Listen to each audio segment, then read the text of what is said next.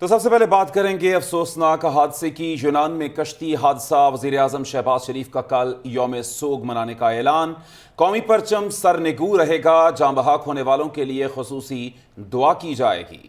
اور اس کے ساتھ ساتھ سلمان واقعے کی تحقیقات کے لیے بھی 4 رکنی کمیٹی تشکیل دے دی گئی ہے۔ ایک ہفتے میں رپورٹ وزیر اعظم کو پیش کی جائے گی اور شہباز شریف یہ کہتے ہیں کہ انسانی اسمگلنگ میں ملوث ایجنٹس کے خلاف کریک ڈاؤن کر کے قرار واقعی سزا انہیں دی جائے گی، جبکہ پوری قوم کی ہمدردیاں متاثرین کے ساتھ ہیں۔ یونان میں کشتی کا افسوسناک حادثہ، وزیر اعظم شہباز شریف کی جانب سے کل یوم سوگ منانے کا اعلان کیا گیا ہے۔ انہوں نے کہا کہ قومی پرچم کل سرنگوں رہے گا۔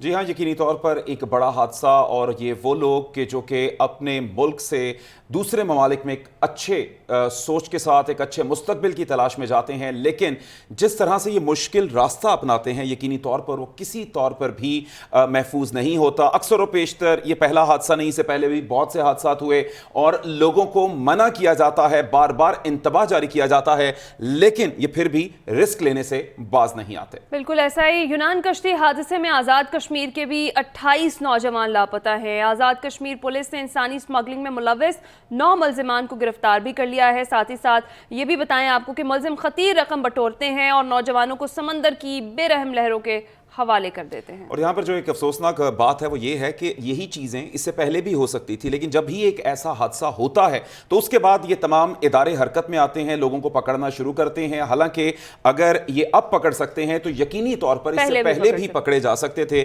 اور ان لوگوں کی جان بچ سکتی تھی۔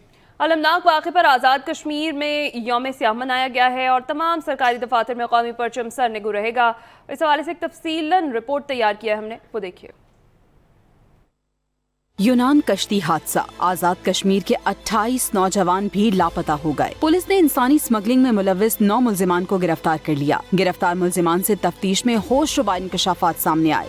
پولیس کے مطابق 28 لاپتہ نوجوانوں کا تعلق آزاد کشمیر کی تحصیل کھوئی رٹا سے ہے۔ تمام نوجوان انسانی اسمگلرز کے جھانسے میں آ کر سمندری لہروں کا نشانہ بنے۔ گرفتار ملزمان نے انکشاف کیا ہے کہ نوجوانوں کو یورپ بھجوانے کا جھانسا دے کر خطیر رقم بٹورتے اور بعد میں بے رحم سمندری لہروں کے سپرد کر دیتے۔ ڈنکی کے ذریعے نوجوانوں کو براستہ یونان سمندری راستے یورپ بھجوایا جاتا تھا۔ پولیس کے مطابق لیبیا میں مقیم آزاد کشمیر کے رہائشی ملزمان پر مشتمل گینگ منظم نیٹ ورک چلا رہا تھا، جو مقامی ایجنٹس کے ذریعے ڈیل کرتا اور لوگوں کو یورپ بھجوانے کے لیے پیسے بٹورتا۔ لیبیا میں مقیم ملزمان میں چودھری ذوالقرنین، شہباز، طلعت اور ساجد وغیرہ شامل ہیں۔ پولیس حکام کا کہنا ہے کہ 9 ملزمان کو گرفتار کیا جا چکا ہے اور دیگر ملزمان کی گرفتاری کے لیے چھاپے مارے جا رہے ہیں۔ تو ناظرین، یہ افسوسناک حادثہ پیش آیا ہے، یہ کسی ایک گھر کی کہانی نہیں۔ وہاں پہ جتنے لوگ اس افسوسناک حادثے میں جاں بحق ہوئے ہیں، یقینی طور پر اتنے ہی خاندان تباہی کی طرف گئے ہیں۔ یورپ جانے کا خواب تارکین وطن کو موت کی وادی میں لے گیا۔ یونان میں کشتی الٹنے سے پاکستانیوں سمیت 78 افراد کی لاشیں مل گئی ہیں۔ کشتی حادثے میں 500 کے قریب افراد تاحال لاپتہ ہیں۔ اس کے ساتھ ساتھ اب تک 12 پاکستانیوں سمیت 104 مسافروں کو ریسکیو بھی کر لیا گیا ہے۔ اور بتاتے چلیں آپ کو یہاں پر کہ یورپ جانے کا خواب تارکین وطن کو موت کی وادی میں لے گیا ہے۔ یہ رپورٹ تیار کیا ہے، اس میں دیکھیے۔ روشن مستقبل کا خواب آنکھوں میں سجائے گھر سے نکلے تو یورپ جانے کو تھے، مگر کسے معلوم تھا کہ بیچ سمندر موت آ لے گی۔ یونان کشتی حادثے میں کئی گھرانوں کے چراغ گل ہو گئے۔ گجرانوالہ کے 3، وزیر آباد سے 3، جبکہ نوشہرہ ورکا کا 22 سالہ نوجوان 1 ماہ قبل بہتر ذریعہ معاش کے لیے یورپ جانے کے لیے 1 ماہ پہلے ہی لیبیا گیا تھا۔ سیالکوٹ کے نواحی علاقے چنڈڑ سے بھی 5 بچوں کا باپ 27 سالہ کاشف 32 لاکھ ادا کر کے روانہ ہوا تھا۔ انہی قسمت کے ماروں میں نوشہرہ ورکا کا رہائشی 20 سالہ اسامہ بھی شامل ہے، جو زندہ ہے یا موت کی آغوش میں جا سویا اب تک کچھ پتہ نہ چل سکا۔ ہماری حکومت پاکستان سے یہی اپیل ہے کہ ادھر رابطہ کر کے ہمیں بہتر سے بہتر فیصلہ کر کے یا اقدامات کر کے عالمی سطح پر ہماری آواز اٹھائیں اور ہمارا اس جو دکھ کی گھڑی ہے اس میں شامل ہوں۔ گجرانوالہ کے رہائشی محسن کے گھر والے بھی اپنے اکلوتے بیٹے کی راہ تک رہے ہیں۔ والدین اور ماں کی بچی لیے ہر لمحہ اس کے زندہ سلامت لوٹنے کی دعائیں مانگ رہی ہے۔ اس نے اپنے والد صاحب کو کہا کہ میں نے بیرون ملک جانا ہے، یورپ جانا ہے، اور کسی کنٹری میں نہیں جانا، اٹلی وغیرہ میں جانا ہے میں نے۔ یہاں غربت بہت ہے، روزگار نہیں، حالانکہ محسن اچھا کاریگر تھا، گجرانوالہ کا ہی 40 سالہ امجد بھی سمندری لہروں میں کہیں کھو گیا. بوڑھی والدہ بیٹے کے انتظار میں بے بسی کی تصویر بنی بیٹھی ہے. اکاڑا کے علاقے جندراک سے کشتی حادثے میں جاں بحق ہونے والے حفیظ اللہ کی غائبانہ نماز جنازہ ادا کر دی گئی. اہل خانہ نے وزیر اعظم سے اپیل کی ہے کہ ڈیڈ باڈی جلد سے جلد یونان سے منگوا کر ہمارے حوالے کی جائے.